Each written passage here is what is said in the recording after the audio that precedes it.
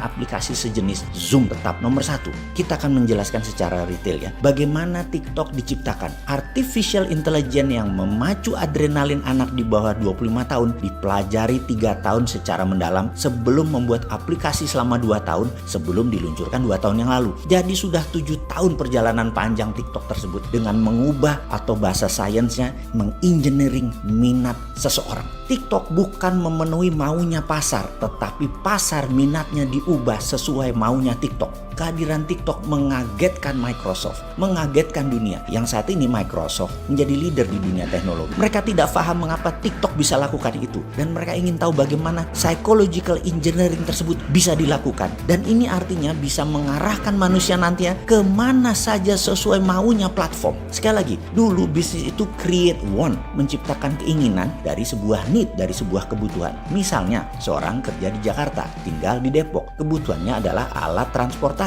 Dia saat ini naik kendaraan umum. Keinginan dia naik mobil. Maka pebisnis akan menciptakan iklan, advertising, kampanye, meyakinkan orang seperti mereka bahwa naik mobil Mercy yang terbaik, naik Toyota yang terbaik. Misalnya kalau dia Honda, naik Honda yang terbaik. Atau dia penjual Mini Cooper, naik Mini Cooper yang terbaik. Bersaing meyakinkan calon konsumen untuk memenuhi keinginan mereka, wants-nya mereka. Pebisnis tidak bisa create needs. Needs-nya ada dulu, baru mereka menciptakan wants. Namun TikTok menciptakan demand, menciptakan needs dengan didesain. Ada artificial intelligence yang mengawal setiap individu yang begitu Anda download aplikasi mereka, melihat TikTok selama 2 jam ke atas, selesai. Data Anda mereka punya. Bukan data tanggal lahir, alamat rumah, alamat email. Itu mah kuno, dunia nggak butuh lagi data itu. Sudah punya semua, sudah tuker-tukeran di atas sana. Lupakan kalau Anda sok-sokan bermain bisnis digital sebatas untuk dapat email, dapat nomor kontak. Itu ketinggalan 10 tahun, Cok. Zaman FB, IG, Twitter, dan Google rajanya sudah diambil mereka semua.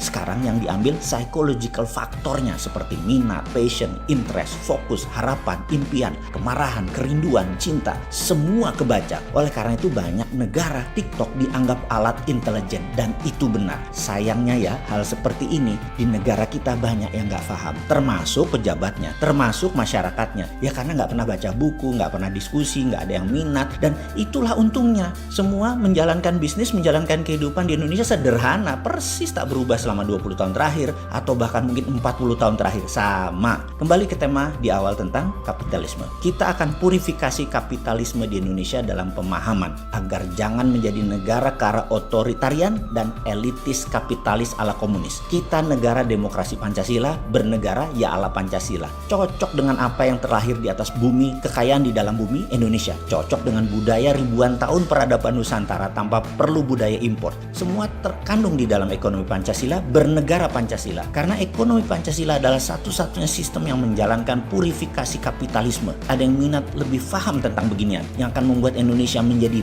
man,